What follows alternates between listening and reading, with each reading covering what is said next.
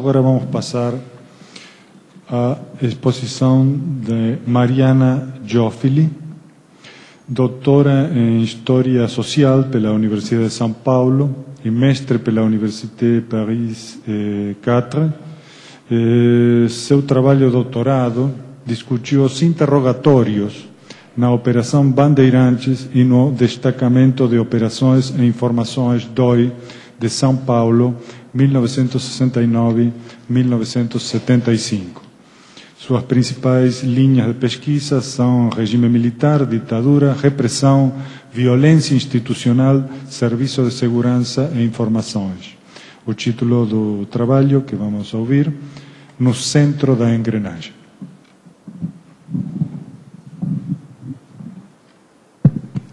Bom, eu queria começar agradecendo também o convite, agradecer antes de mais nada ao professor Sérgio Adorno, a professora Nancy Cardia, e pelo convite de participar desse seminário.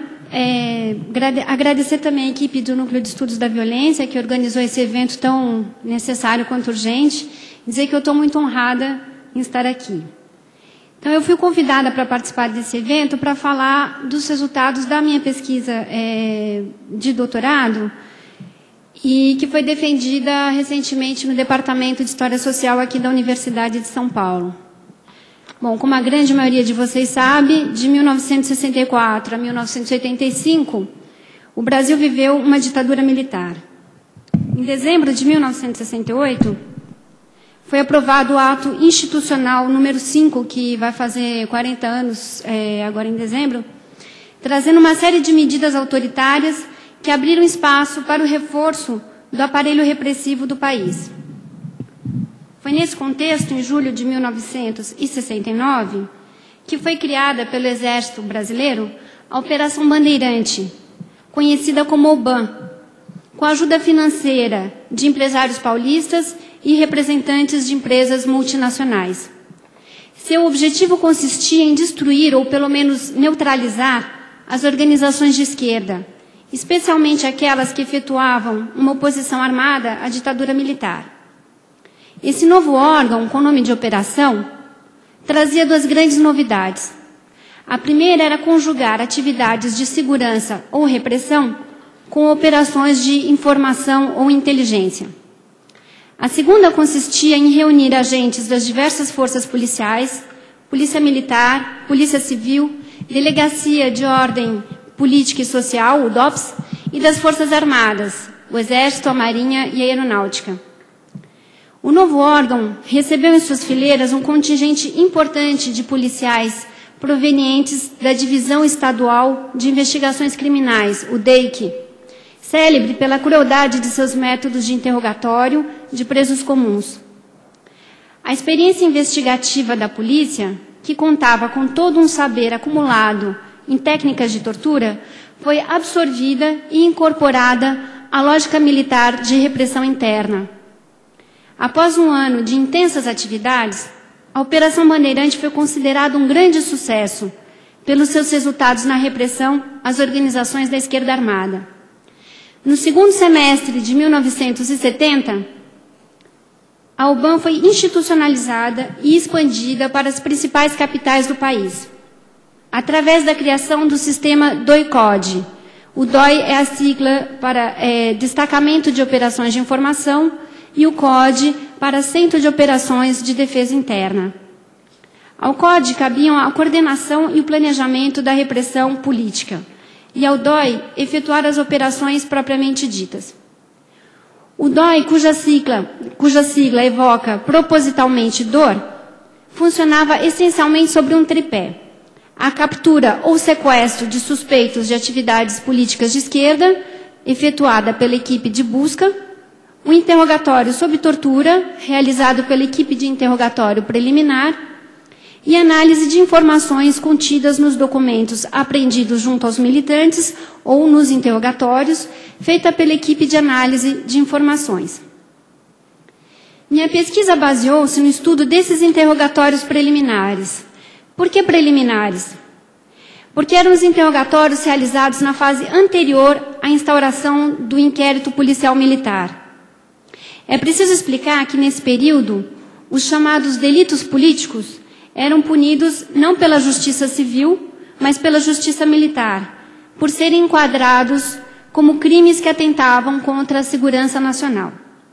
Por isso, seu julgamento era realizado por uma instância particular, o Tribunal Militar, anteriormente constituído para lidar apenas com crimes cometidos por militares. Então, o processo se dava da seguinte maneira: um suspeito de realizar atividades políticas de esquerda ou de oposição ao governo era preso, sem mandado judicial, interrogado sob tortura por vários dias, semanas ou até meses, até que seus depoimentos fossem considerados satisfatórios e depois enviados ao DOPS, juntamente com a transcrição de seus depoimentos. Ao DOPS cabia realizar as tarefas cartoriais. Seus agentes faziam um novo interrogatório oficial, mas baseado inteiramente nos interrogatórios anteriormente realizados no DOI, e abriam um inquérito, posteriormente enviado à Justiça Militar.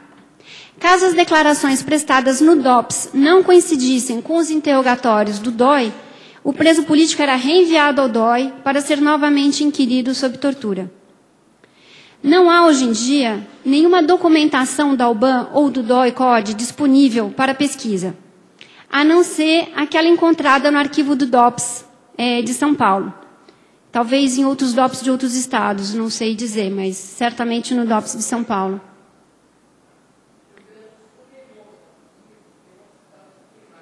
Sim, há vários problemas de desaparecimento de documentos, enfim, essa é uma questão extremamente complicada no país. A documentação com a qual trabalhei para a pesquisa está contida no dossiê 5019, que é um dossiê que faz parte de uma série, chama série Dossiês, que integra o arquivo do DOPS de São Paulo, conservada pelo Arquivo do Estado. Para quem se interessar por esse tema, essa documentação está totalmente aberta à pesquisa, uma das poucas. Os interrogatórios preliminares obedecem a um modelo determinado. Iniciam-se por um cabeçalho, onde constam o nome do interrogado, seguido de seus codinomes, o nome da equipe de interrogatório, a data e o horário de início e final da sessão. São escritos esses documentos dentro de uma fórmula específica, típica dos boletins de ocorrência. Então, sempre na terceira pessoa. Disse que fez tal coisa, acrescenta que foi a tal reunião com tais pessoas, de modo que a fala do interrogado fica em permanente suspeição. As perguntas não são transcritas. Portanto, o que se lê parece ser a transcrição fiel da fala do interrogado, no monólogo sem interrupções. Uma leitura mais atenta, entretanto, permite perceber uma série de operações realizadas no ato da transcrição do interrogatório que revelam como os agentes do órgão incitavam a fala do depoente numa ou noutra direção, e como inscreviam esse depoimento dentro de uma determinada moldura discursiva. Vejamos algumas delas. Muitas vezes as declarações dos depoentes são formatadas em frases feitas. Encontramos uma mesma frase com versões muito próximas no depoimento de vários militantes de esquerda, como, por exemplo, citação: declara que nunca foi preso e nem processado e nunca se envolveu em política de qualquer espécie. Ou, outro tipo de frase, declara que nunca foi preso nem processado por crimes de quaisquer natureza. Em outros casos, a resposta é transcrita a partir da pergunta, como se essa fizesse parte da fala do depoente. Por exemplo, citação: declara que nunca tomou parte, promoveu ou aliciou qualquer elemento a assistir reuniões de cunho subversivo. Nota-se também que, em muitos casos, algumas passagens são resumidas, ou, com maior frequência, dados complementares são adicionados às declarações. Assim, onde havia apenas um codinome, passava a haver o nome completo do militante citado. Onde uma reunião era mencionada, acrescia-se a data precisa de sua realização.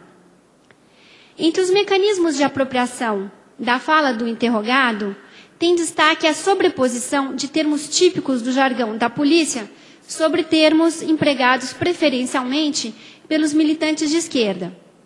Assim, o militante transforma-se em subversivo, o guerrilheiro em terrorista, o companheiro ou a companheira em amásio, o órgão repressivo em órgão de segurança. As ações também se transfiguram. Recrutar para a organização passa a ser aliciar. Conscientizar vira doutrinar. Expropriar torna-se assaltar. Muitas passagens mesclam expressões dos dois universos, causando estranheza ao leitor ao deparar-se com descrições por parte de presos políticos de processos de aliciamentos de famigerados subversivos. Outro elemento significativo dessa apropriação pode ser encontrado nas situações nas quais o depoente parece aceitar a moldura discursiva dos interrogadores, respondendo às questões em conformidade com ela. Percebe-se em alguns depoimentos a intenção do depoente no sentido de se conformar a um certo padrão de raciocínio dos interrogadores, aceitando seu enquadramento, seja como estratégia ou por estar de fato arrependido. Declarações como, citação, reconhece ter sido um imbecil por ter guardado o material sem saber do que se tratava, ou que foi totalmente iludido pelo amigo, ou ainda, que foi bom o declarante ter sido preso agora, porque senão poderia ter se comprometido mais com o movimento. Essas declarações ilustram como na transcrição dos interrogatórios, as perspectivas do depoente e de seus interrogadores podem se confundir. Algumas vezes, observações ou deduções dos interrogadores aparecem nos depoimentos em meio à fala dos interrogados, sem que nenhuma marca gráfica diferencie as vozes ali presentes. Como se entre a fala do depoente e a do interrogador, as fronteiras fossem permeáveis.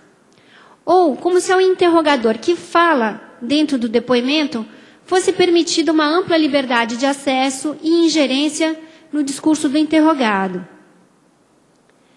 A julgar pelas declarações de alguns dos militares que estiveram no comando do DOI, as primeiras horas, e também da Operação Bandeirante, as primeiras horas de um interrogatório eram decisivas para o trabalho dos órgãos repressivos. Ao passo que, findas as primeiras 24 ou 48 horas, o prisioneiro deixaria de ter uma importância estratégica para ocupar um lugar marginal. A leitura dos depoimentos, no entanto, conduz a levantar certa suspeição sobre esse argumento. Primeiro, porque havia uma série de razões para que nem sempre se conseguissem as tão desejadas informações logo após a captura. Depois, pelo fato dos interrogatórios seguirem por dias, semanas, às vezes meses, o que não teria sentido caso a urgência fosse o único elemento válido no processo de extração das informações. Não se pode negar que muitas das informações que permitiram chegar a outros militantes de esquerda e a identificar seus locais de reunião e residência foram retiradas nas primeiras horas, quando o depoente estava ainda sob o impacto da captura violenta e da tortura brutal que caracterizavam o modo de agir do DOI. Entretanto, muitos militantes resistiram nas primeiras horas, seguindo as orientações passadas pelas organizações de esquerda, no sentido de permitir um prazo mínimo para a transferência dos locais de reunião, para a mudança de residências e a desarticulação de ações planejadas. Era mais difícil, porém, manter a postura de resistência no tempo. No médio e longo prazos, uma vez que os órgãos repressivos iam acumulando sólidos conhecimentos sobre as organizações de esquerda e seus membros, ficava mais difícil subtrair-se às questões mais precisas, às sessões mais bem preparadas. Na realidade, o preso político continuava a ser uma fonte importante de informações. Isso ocorria especialmente no que tange aos dados que dificilmente seriam alterados em um prazo tão curto, como a estrutura da organização ou a função de um dado militante, assim como aqueles inalteráveis, a descrição de ações já efetuadas, a implicação política de um simpatizante ou um montante de dinheiro roubado de um banco. Os interrogadores contavam, no exercício de sua profissão, com uma variada gama de métodos e de instrumentos de tortura. Para que a tortura possa ser utilizada como método recorrente, é necessário que seu alvo seja investido de uma considerável dose de desumanização, como já foi dito aqui diversas vezes. No caso de indivíduos oriundos das classes sociais mais desfavorecidas, o processo de construção de um olhar que não reconhece no outro um igual remonta no Brasil a uma longa tradição de exclusão social, cujas raízes podem ser encontradas na instituição da escravidão, assim como no extermínio dos povos indígenas. Não por acaso, grande parte das vítimas de torturas e execuções pela polícia hoje são mulatas e negros. Quando se trata de indivíduos oriundos da classe média, estudantes, profissionais liberais, religiosos, militares, a marginalização se dá pelo viés ideológico e pela construção social do sujeito subversivo e terrorista, tido como inimigo da nação, da família e dos valores cristãos. A periculosidade atribuída a esse sujeito parece ser a chave para compreendermos o que derrubou a imunidade da classe média à tortura no Brasil. A aliança de classes, nesse caso, estaria rompida pelo fato de indivíduos oriundos de condições sociais privilegiadas voltarem-se contra o que seriam os seus próprios interesses de classe. Nessas condições, o acordo tácito, que envolvia os setores médios e a elite da sociedade brasileira, no sentido de unir esforços para promover a contenção social, seria desfeito, uma vez que parcela dos setores médios dispunha-se a combater ao lado dos mais pobres. Ao mesmo tempo em que o combate às organizações da esquerda era concebido em termos de guerra, os adversários eram excluídos das regras internacionalmente instituídas para regular esse tipo de conflito. Desse modo, a Convenção de Genebra, tantas vezes aqui citada, criada para salvaguardar os direitos de soldados feridos e dos prisioneiros de guerra, não era considerada aplicável no tocante ao tratamento dos presos políticos, nos quais a tortura era sistematicamente aplicada. Chama atenção o fato de que, teoricamente empregada como meio de obrigar o interrogado a fornecer informações, a tortura provocasse estados físicos e psicológicos que impediam a própria transmissão delas, como casos de desmaios, atordoamentos, línguas inchadas. Eu gostaria de citar aqui apenas dois dos muitos, casos. Um deles foi a denúncia de um rapaz que foi amordaçado porque seus gritos, foi amordaçado durante o interrogatório, porque seus gritos estavam causando espécie na vizinhança. Ou então, o caso de uma militante que foi ameaçada de que se ela não confirmasse no DOPS o que havia dito no DOI, seria torturada de modo a não poder falar nada, quer dizer, ela ficaria num estado físico tal que não seria capaz de dizer mais nada para não contradizer os seus depoimentos anteriores. A tortura também constituía a peça-chave da teatralização do poder dos interrogadores, tanto nos ritos que acompanhavam a chegada ao órgão, despir os presos políticos, encapuzá-los, mostrar o estado físico degradado de companheiros já interrogados, quanto naqueles que antecediam o interrogatório preliminar. O barulho das chaves abrindo as celas, o nome do preso político proferido em altos brados, o nome do preso político a ser inquirido proferido em altos brados. Essa teatralização não era mero efeito de um cenário de extrema violência, mas o resultado de uma demonstração desejada da onipotência dos agentes repressivos sobre os militantes políticos. Para além das vítimas diretas dos suplícios, os efeitos dessa violência dirigiam-se ao conjunto da sociedade, numa outra função da tortura que se agrega à distração de informações, à dissuasão. A tortura serviu, portanto, de instrumento para afastar potenciais opositores do governo da atividade política. Por ser considerado um método rápido e eficaz de investigação, o interrogatório sob tortura foi adotado como método privilegiado de apuração de delitos políticos.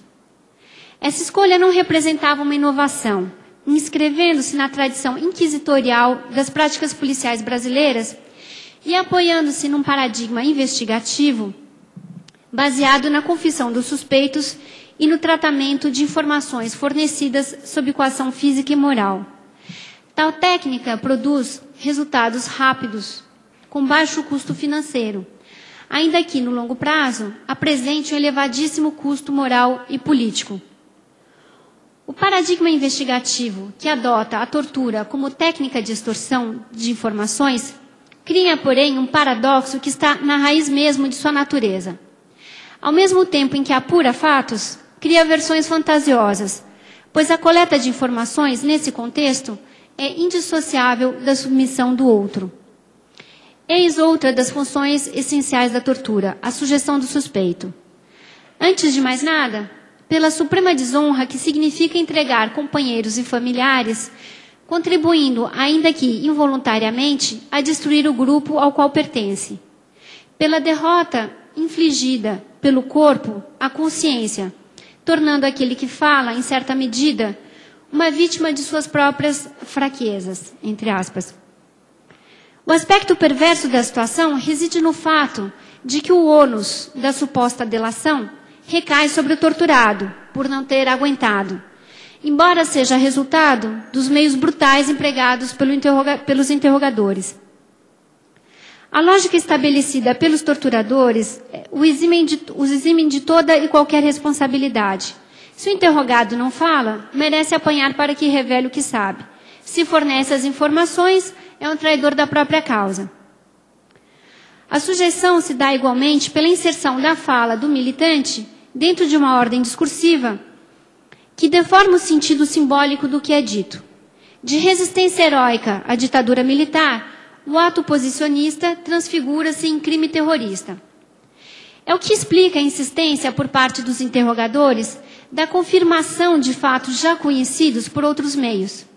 Nesse caso, já não era a informação em si que importava, mas a admissão da culpa, fosse por um crime real ou injustamente imputado. A questão que se coloca quando se emprega a tortura, para além de todas as objeções de ordem moral, é que não há linha demarcatória identificável entre a recusa de fornecer uma informação e a impossibilidade real de fazê-lo. Desse modo, adentramos no campo do castigo extralegal, que antecipa uma possível pena.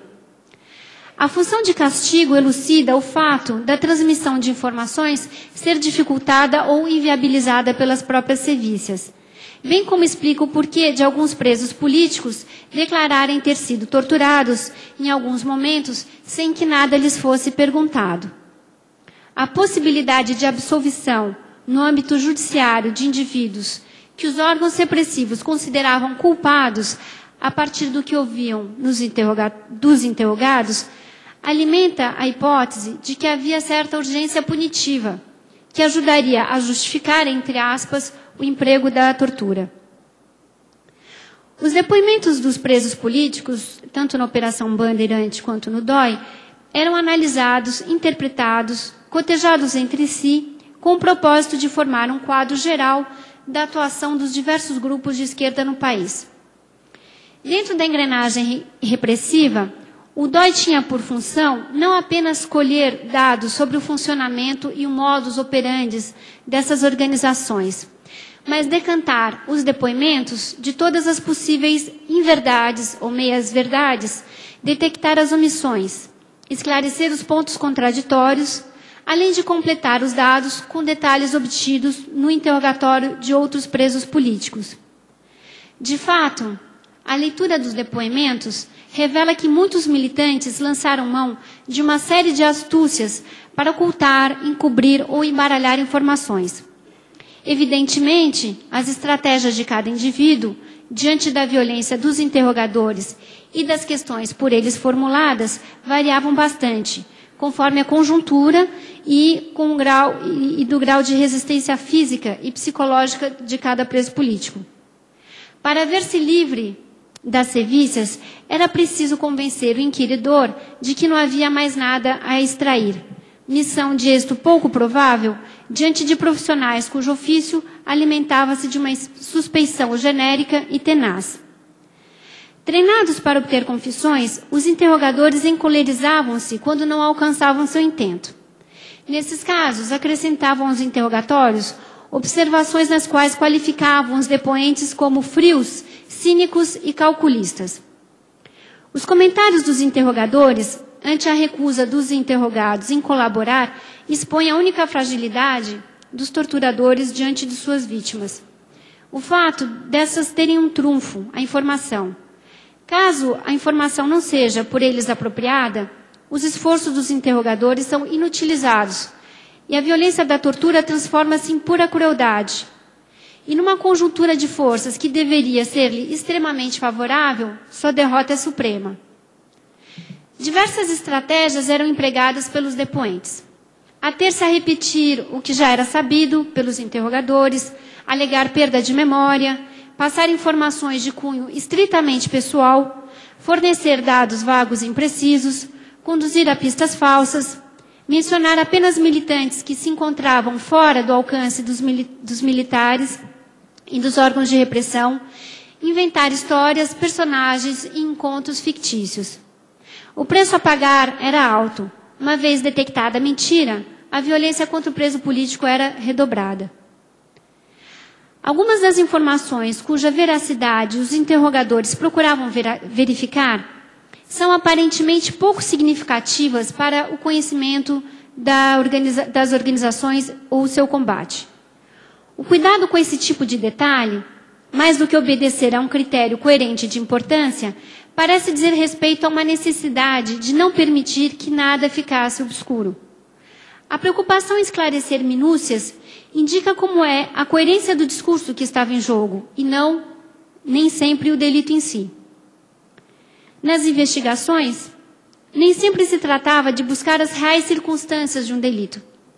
As inúmeras denúncias posteriores de presos políticos descrevendo o modo pelo qual foram obrigados a assinar depoimentos parcial ou totalmente verídicos remetem para a construção, a partir dos depoimentos e deduções dos analistas de informação, de determinada versão dos fatos a ser confirmada pelo interrogado. A acariação era solicitada com frequência pelos interrogadores para dirimir dúvidas. Tratava-se do recurso empregado quando, a despeito das torturas, as respostas dadas não satisfaziam os inquiridores. Além do confronto de informações distintas, com a possibilidade de observar a reação de um militante diante do outro, a acariação tinha o propósito suplementar de desestruturação do interrogado diante da fraqueza do companheiro. Além disso, era mais difícil sustentar uma versão diante de outro militante, porque se sabia que um dos dois seria torturado até que as histórias convergissem. Ao mesmo tempo em que buscava obter uma confissão como prova do delito político, o interrogatório preliminar servia como locus por excelência da afirmação do poder da ditadura militar. O interrogatório preliminar servia, portanto, de maneira indissociável como instrumento de obtenção de informações e como meio de submissão, enquadramento e punição extralegal dos militantes de esquerda. O desmonte do DOI e do aparelho repressivo como um todo foi realizado de forma gradual e ambígua, de maneira a preservar a impunidade daqueles que cometeram crimes em nome da segurança nacional.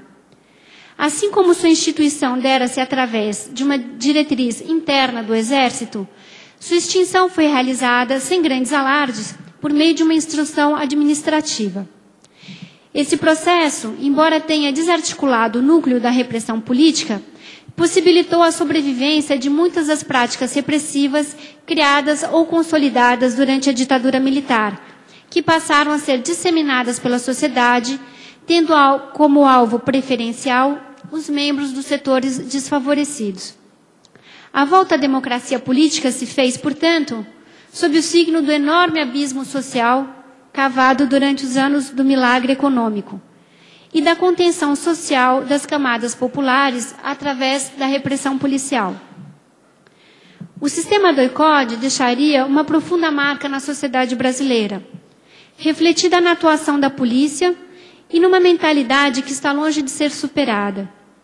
Do ponto de vista operacional, ressaltaria uma tradição já antiga da polícia brasileira de sobrevalorizar o interrogatório como procedimento e a confissão extorquida por meios coercitivos como evidência, em detrimento de outras técnicas investigativas e categorias de prova.